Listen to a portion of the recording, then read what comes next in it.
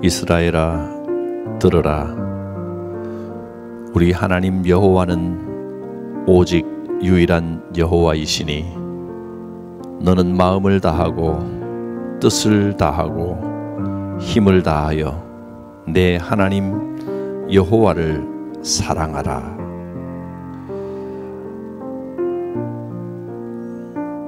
우리의 참 구원자가 되시는 하나님을 의지하며 주의 약속을 믿고 신뢰합니다.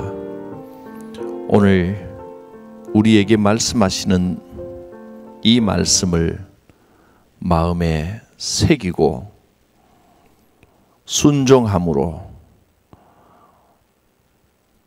약속의 성취를 보게 하시고 응답을 체험하게 하옵소서. 예수님의 이름으로 기도드립니다.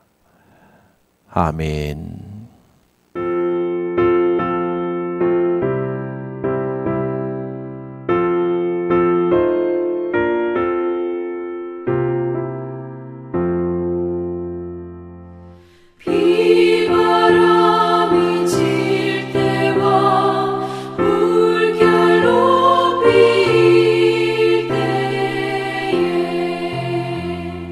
사랑 많은 우리 주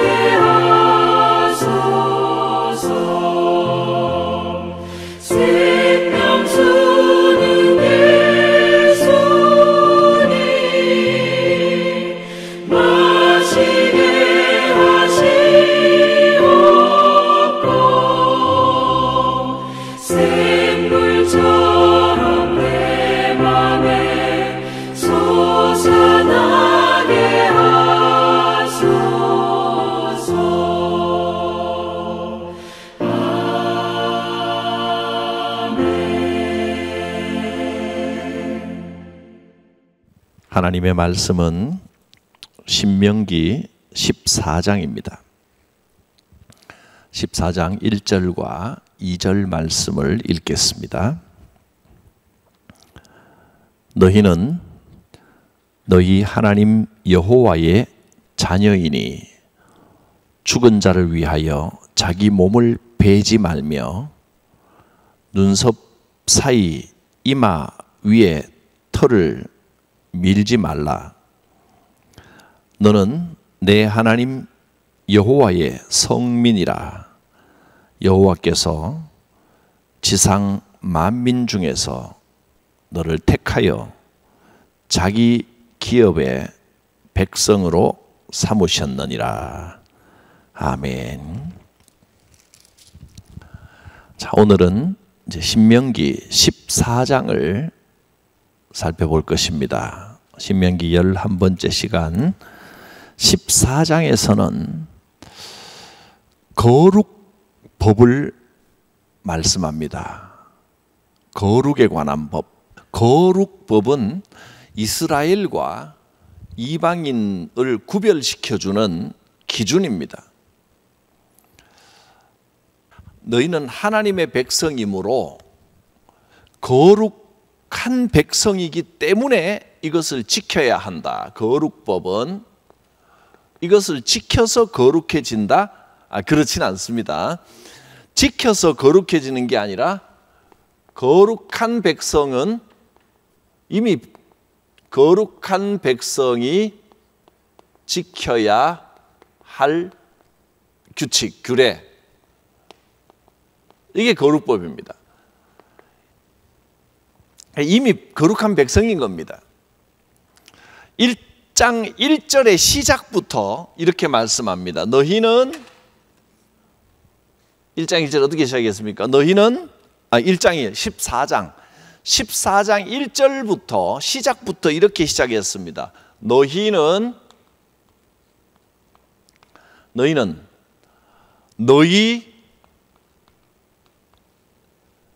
여호와의 너희 하나님 여호와의 자녀이니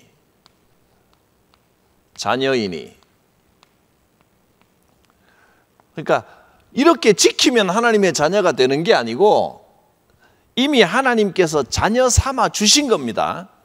하나님의 자녀된 하나님의 백성은 이렇게 행해야 한다라고 하는 규례가 거룩법입니다.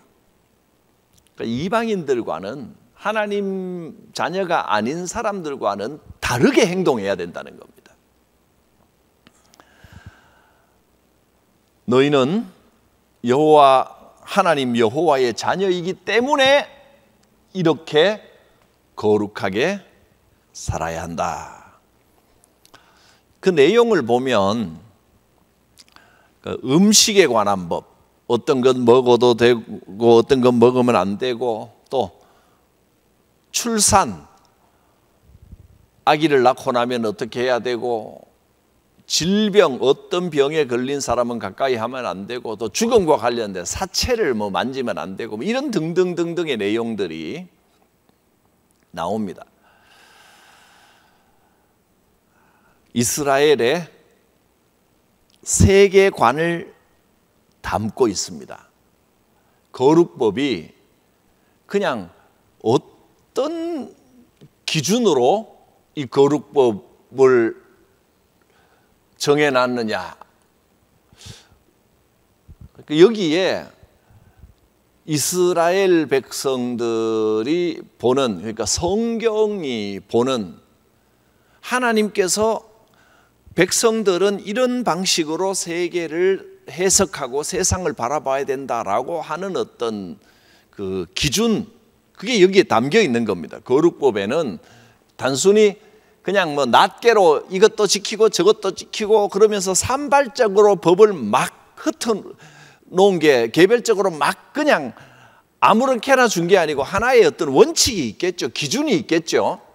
어떤 세계관을 담고 있는데 어떤 세계관을 담고 있겠느냐. 여기에 대해서는 학자들도 의견이 분분한데 몇 가지 어떤 기준인가 하는 것을 생각해 볼 수 있는데, 이런 건 첫째, 어떤 분들이 이렇게 말합니다. 고대 그 당시에 음식이나 뭐든 병이나 또 죽은 어떤 사람이든 짐승이든 죽은 사체를 만지거나 하면 전염이 될 수 있기 때문에 하나님께서 병에 걸리지 않도록 어떤 이 위생적이 될 수 있도록 이 법을 주셨다, 뭐 이렇게 해석하는 학자들도 있고요. 또 어떤 분들은 이거는 이방인들이 자기들의 종교적인 어떤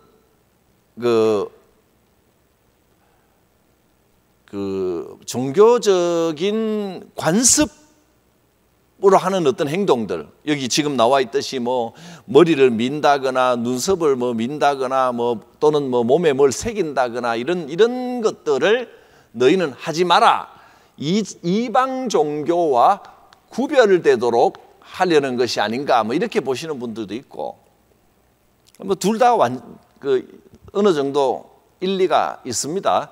근데 또 어떤 분들은 이렇게 말씀하시는 분도 있습니다.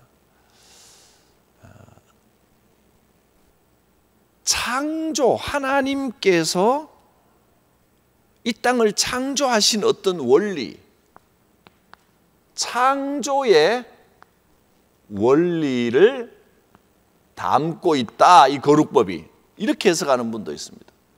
세 가지 다가 다 일리가 있는 말씀인데 어느 정도 부분적으로 다 맞는 이야기인데, 이건 우리가 쉽게 이제 생각할 수가 있는데, 단순히 이 규례가 신앙적으로 준 규례인데 위생적으로라든가 이방 종교와 좀 구별되도록 한다, 이것은 좀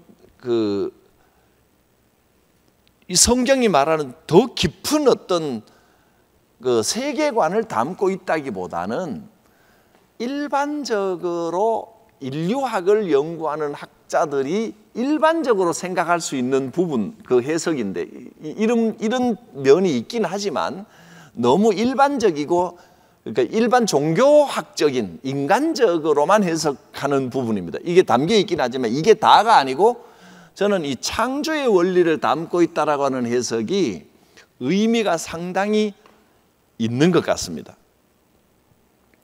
이거를 보면, 여기에 이 거룩법에 창조 원리가 담겨 있다고? 그러면 성경에 좀 더 깊은 부분을 볼 수 있다는 거예요. 예를 들면, 자, 음식법을 한번 보겠습니다. 음식법을 보면 여호와 하나님의 자녀는 어떤 음식을 어떻게 해야 하느냐, 여기에 음식 안에 거룩한 것이 있고 속된 것이 있습니다. 음식에도. 그리고 속된 음식 중에는 정한 것이 있고 부정한 것이 있습니다. 이 음식법 안에 강조하는 걸 보십시오. 1절에도 그렇지만 너희는 너희 하나님 여호와의 자녀이기 때문에 이렇게 해야 된다. 음식법. 그래서 이걸 단순히 위생적으로 하려고 이렇게 했다, 또는 이방 종교와 구분되게 하려고 했다. 이방 종교가 구분되게 하려면 뭐 때문에, 어떤 게 왜 구분되는지 그 원리가 여기 담겨 있지 않겠나. 단순히 이걸 넘어선다는 이야기예요. 그 다음에 또 2절에도 보면, 이 지금 14장에서는 이 거룩법이 신명기뿐 아니라 우리가 앞에서 레위기에도 거룩법에 대해서 자세하게 나와 있는 부분이 있습니다. 레위기 11장부터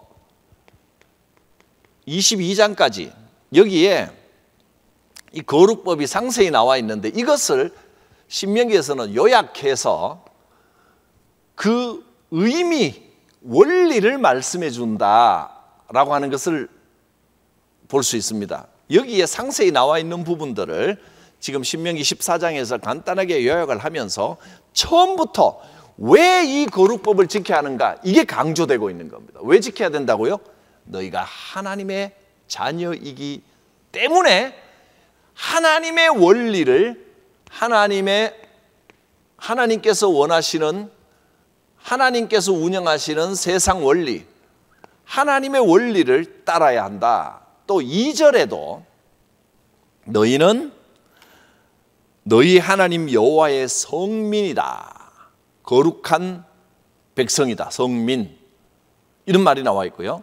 그러니까 이 거룩법을 시작하면서 2절에 너희는 여호와의 성민이기 때문에, 그 다음에 그 뒷부분에도 마지막에도 21절에도 너는 내 하나님 여호와의 성민이라. 그러니까 하나님의 자녀다, 또 성민, 거룩한 백성이다, 성민이기 때문에, 자녀이기 때문이다라는 말이 거룩법을 탁 마치 그 포장지처럼 둘러싸고 있다는 겁니다. 거룩법을 지키는 이유는 하나님의 자녀이기 때문에, 성민이기 때문에 하나님의 창조 원리에 따라 살아야 된다는 것을 보여주는 겁니다. 그럼 조금 상세하게 한번 살펴보겠습니다. 음식법, 먹어도 되는 음식과 먹으면 안 되는 음식이 있는데, 음식법이 왜 창조 원리냐? 창세기에 창조를 보면 이 모든 생물들이, 짐승들이 세 부류로 나눕니다. 당연히 이렇게 나누겠죠. 육해공으로. 물, 그 다음에 하늘, 땅, 이렇게 세 부분으로 나눌 수 있습니다. 창조도 물생물, 그 다음에 초목과 새들, 그 다음에 땅 위의 생물들, 이렇게 나누어서 따로 창조하는 것을 볼 수 있습니다. 새는, 하늘에는 새는 날개로 이동합니다. 이동수단. 그 다음에 물에는, 물고기는 당연히 뭐죠? 지느러미, 또 비늘. 이게 이제 물생물을 좀 대표하는, 새는 날개, 그 다음에 땅에 있는 생물은 뭘로 이동합니까? 발로 이동합니다. 굽입니다. 발에 굽. 그러니까 굽이 갈라진 게 일반적이고 정상적인 겁니다. 이런 표준에서 지느러미와 비늘, 날개, 발굽, 여기에서 벗어나는 생물들은 약간 비정상적인 생물로 보는 겁니다. 이게 일반적인 원리입니다. 일반적인 원리. 하나님께서 창조하신 처음 원리, 이 변형된 거 말고 하나님께서 원래 창조하신 원래 원리에 맞는 생물을 먹으라는 건 하나님의 원리에 순종하라. 하나님께서 운행하시는 일반적인 원리에 순종하라. 순종 또는 순응, 익숙해지는 겁니다. 순종 또는 순응하라 라고 하는 메시지를 읽을 수가 있습니다. 그래서 대개 이제 이 먹으면 되는 음식, 동물들, 먹을 수 없는 동물들, 뭐 이런 걸 보면 일반적으로 기본 원리를 따라 생긴 것들, 굽이 있는 것은 먹어도 되고 굽이 없는 것은 일반 원리가 아니라는 거예요. 먹지 마라. 지느러미나 비늘이 있는 것은 먹어도 되고, 이게 지느러미나 비늘이 없는 것은 먹으면 안 되는 겁니다. 근데 이제 모든 게 이렇게 맞추기는 이것들이 하나님의 원리를 따라된 것들이 이제 정결한 짐승들입니다. 정결한 짐승들, 먹어도 되는 깨끗한 것들입니다. 다 또 맞아 들어가지는 않습니다. 보면 예를 들면 뭐가 있죠?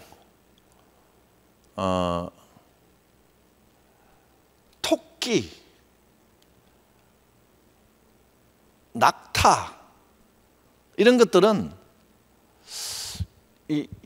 위반하는 짐승이 아닌데 뭐 부정하다 뭐 이렇게 예외가 좀 있어서 딱 떨어진다고 말하기는 좀 어렵습니다만은 기본 원리는 이렇습니다. 전체적인 흐름은 전체적으로 이 거룩법, 음식법을 살펴보면 하나님의 창조 원리에 맞는 것들은 아주 일반적으로 이게 맞아 들어가는 것들은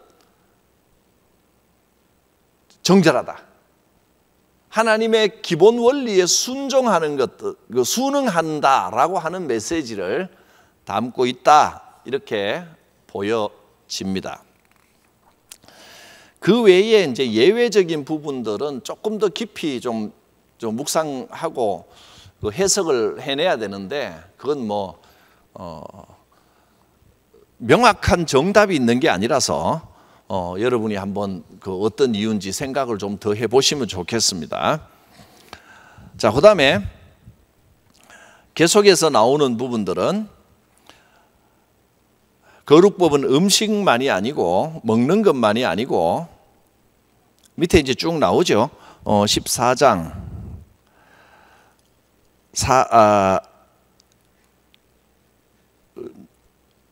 4절부터 볼까요? 먹을 만한 짐승은 이러하니 소와 양과 염소와 사슴과 노루와 불그스러운 사슴과 산염소와 볼기가 흰 노루와 뿔이 긴 사슴과 산양들이라. 짐승 중에 굽이 갈라져 쪽발도 하고 되고 되새김도 하는 것들은 모든 것은 너희가 먹을 것이니라. 이것을 제가 볼 때는 기본적으로 이 원리에 맞는 것이다 이렇게 보여지는 겁니다. 그 다음에 다만 새김질을 하거나 굽이 갈라진 짐승 중에도 너희가 먹지 못할 것, 낙타, 토끼, 사반. 왜 이것은 못 먹게 하셨을까요?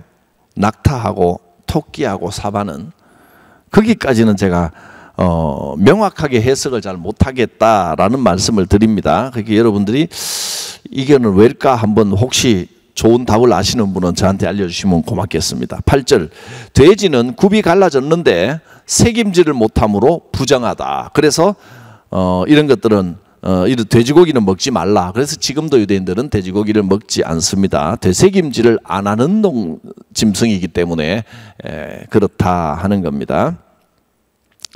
그래서 이것을 지금 이 법을 그대로 유대의 법을 그대로 갖고 와서 지금도 돼지고기는 먹으면 안 되고 이 법 그대로 따라야 한다. 거룩법을 그대로 지켜야 된다라는 분들도 있는데 그건 해석하기 나름인데 저는 이것을 그냥 돼지는 먹으면 안 된다. 그래서 절대로 돼지는 먹으면 안 되고 삼겹살도 목살도 먹으면 안 되고 이렇게 따지는 게 아니고 저는 이렇게 해석을 합니다. 신약적으로 해석을 하면 하나님의 창조 원리에 따르는 순종하는 삶을 살아라라는 메시지를 받아야지 이 시대의 법을 그대로 가지고 와서 그대로 지금 적용한다는 것은 그거는 문화적으로도 또 지역적으로도 그 다음에 시대적으로도 어떤 경우에도 맞지 않는 이야기다 그렇게 봅니다. 메시지를 적용해야 합니다. 자, 그 다음에 넘어가서 이 8절 21절에는 먹지도 말고 만지지도 말라고 했는데 그 넘어가서요 21절에 나와 있는 내용입니다. 염소 새끼를 어미의 젖에 삶지 말라라고 하는 말씀도 있습니다. 이거는 이렇게 해석이 됩니다. 성경 다른 곳에서도 출애굽기에도 몇 번 이렇게 나온 이야기인데 염소 새끼를 어미 젖으로 보통 이제 염소 젖에 삶나 봐요. 그쪽에서는 음식을 먹을 때 그렇게 삶아서 그냥 물로 삶는 게 아니고 그러면 이제 요즘은 뭐라도 그런 고기를 삶을 때는 한약재도 넣고 뭘도 넣고 이렇게 하는데 염소 젖에 삶아서 노린내나 이런 걸 없애고 이렇게 요리하는 방법인데 어미 젖에 삶지 말라 그랬습니다. 이것도 역시 하나님의 창조 질서에 비추어 볼 수 있습니다. 잔혹한 행위를 금지하는 인도적인 목적이 있다 이렇게 보여집니다. 자, 정리를 하면 거룩법은 뭐라고요? 여호와의 하나님의 자녀, 하나님의 백성이 이방인들과 구별되게 마땅히 지켜야 되는 그 법을 거룩법이라고 하는데, 그게 거룩법인데 음식과 또 일상생활 속에 뭘 먹어야 되고 뭘 만져야 되고 뭘 멀리해야 되고 이런 것을 규정해 놓은 법입니다. 이 거룩법이 주는 메시지를 뭐 몇 가지로 볼 수 있지만, 오늘 그 중에 하나님의 창조 원리에 순복하고 순종하고 순응하는 삶을 살아라라는 메시지를 오늘 우리에게 줍니다. 창조 질서와 관련이 있다고 해석할 수 있습니다. 자, 그 다음 14장 뒷부분 22절부터 마지막까지에는 11조에 관한 규례가 나옵니다. 11조 규례. 11조에는 이 본문에만 해도 두 가지의 11조가 있다고 알려주십니다. 하나는 매년 드리는 11조입니다. 매년 드리는 11조. 농사를 지어서 매년이니까 월급은 매월 이렇게도 볼 수 있고, 뭐 수익의 어쨌든 수익의 10분의 1을 항상 하나님께 드리는 11조가 있고, 그 외에 3년마다 드리는 11조가 별도로 또 있습니다. 그래서 매년 드리는 11조는 중앙 성소로, 성전으로 갖고 갑니다. 성막이나 성전이나 어쨌든 그 여호와 계신 곳 성소로 갖고 갑니다. 근데 3년마다 드리는 11조는 별도로 성읍 안에 사는 곳에 놔둡니다. 이게 목적이 다르다는 겁니다. 매년 드리는 11조는 성막과 성전, 여호와를 위한 겁니다. 제사를 위한 것이고 또 성전 유지를 위한 것으로, 즉 오늘날로 말하면 뭐 교회 운영을 위한 것이라고 봐도 됩니다. 그 외에 3년마다 드리는 11조는 구제를 위한 겁니다.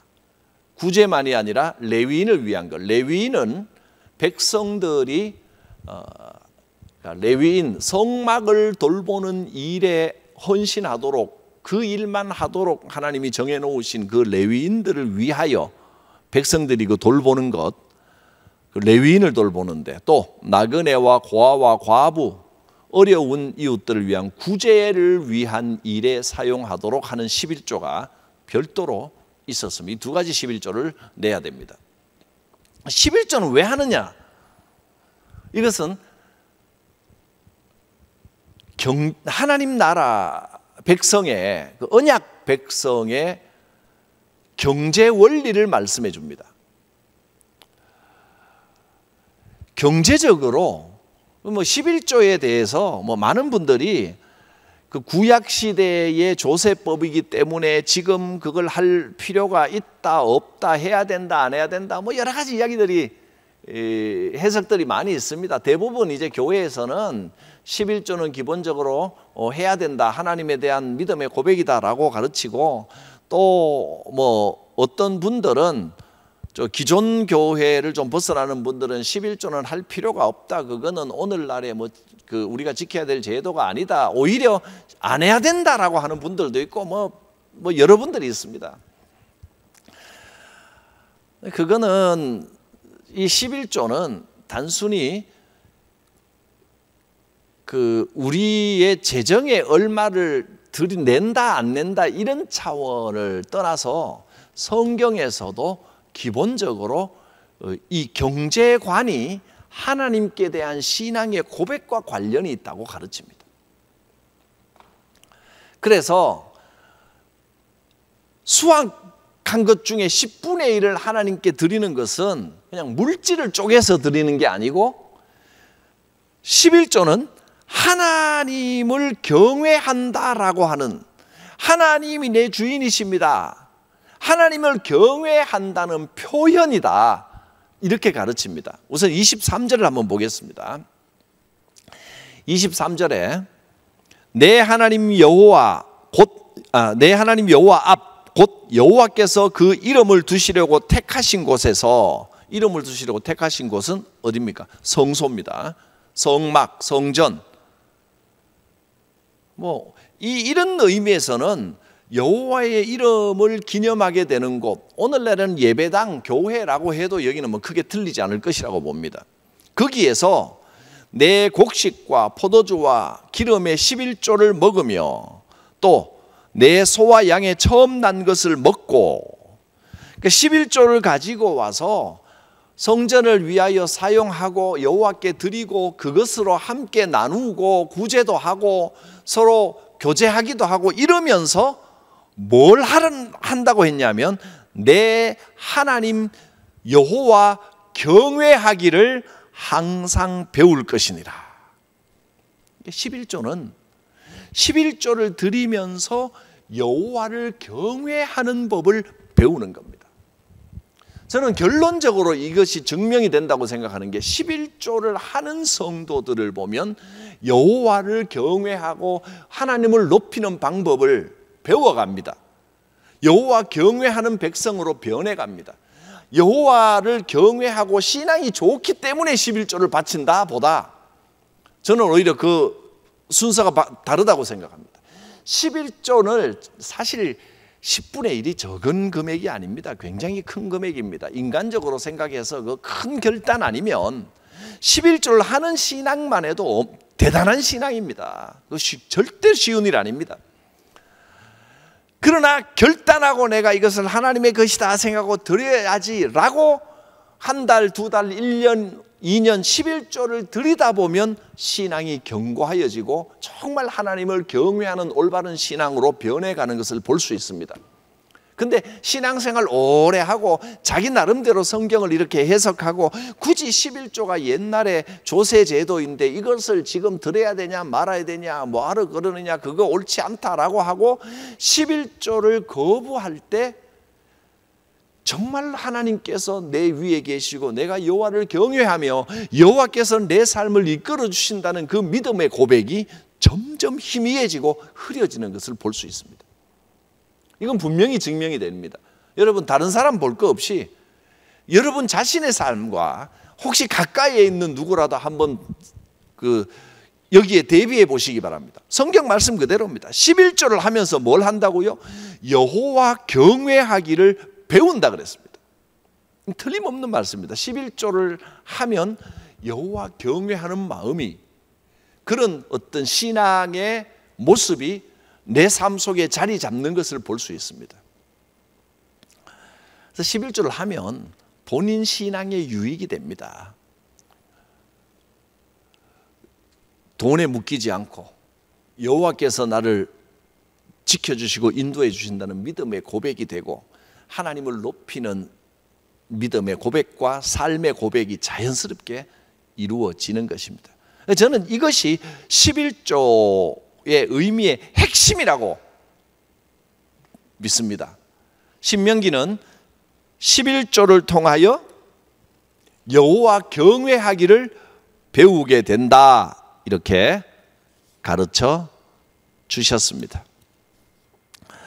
이제 24절 5절에 보면 좀 더 상세한 이야기들이 나오는데 그건 참고로 알고 오늘 핵심은 이겁니다. 11조는 여호와를 경외하는 것을 배우는 하나님의 아주 중요한 교육 방법 중에 하나로구나.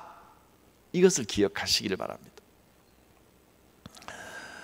24절 5절은 중앙 성소까지 가지고 갈 때 오늘날에야 계좌이체도 할 수 있지만 옛날에 그런 게 어디 있나요? 기본적으로 11조는 수학의 11조입니다. 그러니까 그때 곡식 또는 소나 양 새끼 낳은 거 그 11조를 어떻게 바치겠습니까? 중앙성소까지 그 멀리까지 걸어가야 되는데 그래서 24절 5절에는 그것을 돈으로 바꾸어서 다시 그 성전이나 성막 가까이 가서 돈으로 그걸 다시 다른 물건으로 바꿔서 하는 것이 허용한다 그런 내용들이 쭉 나와 있습니다. 26절 7절에도 보면 내 마음에 원하는 모든 것을 돈으로 그 돈으로 사되 이렇게 쭉 나와 있는 내용들. 그다음에 28절 9절에 여기 나와 있는 대로 매 3년마다 드리는 또 다른 11조, 3년마다 저축하여 그것은 레위인과 객들과 나그네, 고아와 과부를 위하여 구제하는 것은 내가 하나님 앞에 하나님을 경외하기 위하여 드리는 11조 외에 3년마다의 11조는 구제와 레위인을 섬기는 일에, 그러니까 그 교회 직원들이나 교역자를 섬기는 일에 3년마다 11조, 또 구제하는 일에, 이런 사람을 위한 일에 주의 이름으로 사람을 위하여 쓰는 겁니다. 또 뭐 선교사를 돕는다든가 이런 일에 별도의 11조를 하는 것도 성경이 가르치는 아주 귀한 일입니다. 근데 그건 뭐 반드시 꼭 이렇게 하십시오라기보다 기본적으로 신명기에서 권장하는 방법이다라고 하는 것을 기억하시고, 이렇게 하면 할수록 여호와를 경외하는 방법을 배우게 된다 하는 것입니다. 오늘은 신명기 14장을 통해서 거룩법과 11조 규례를 살펴보았습니다. 거룩법은 하나님의 자녀, 하나님의 백성, 성민이 지켜야 할 법인데, 그것은 창조 원리, 하나님께서 이 세상을 창조하시고 운영하시는 원리에 순종하는 의미, 그 메시지를 담고 있다 하는 것을 살펴보았고, 11조를 통하여 여호와 경외하기를 배우게 된다 하는 것을 메시지를 들었습니다. 기도합니다. 거룩하신 하나님, 말씀을 통하여 하나님께서 원하시는 참 진리를 배우며, 또 말씀을 통하여 하나님과 가까이 교제하고 교통하며 날마다 믿음이 성장하며 자라가는 성도가 되게 하여 주옵소서. 말씀에 순종하여 아멘으로 실천할 때 여호와의 은혜와 복이 함께하여 주실 줄 믿습니다. 예수님의 이름으로 기도드립니다. 삼위일체 하나님의 거룩하신 이름으로 주의 성도들을 축복합니다. 우리를 향하여 그 크신 사랑을 베푸시고 인도하시고 섭리하시는 하나님 아버지의 무한하신 사랑과 이 땅에 오셔서 나를 위하여 대신 죽으시고 부활하심으로 하나님 나라를 허락하신 성자 예수님의 구속의 은혜와 지금도 내 곁에서 도우시는 보혜사 성령님의 교통하심, 충만하심이 성도들 각 사람 머리 위에, 믿음의 가정 위에, 믿음의 가문 위에, 주의 교회 위에, 또 성도들의 생업과 가게와 기업과 직장, 일터 위에 함께 하옵시기를 축원하옵나이다. 아멘.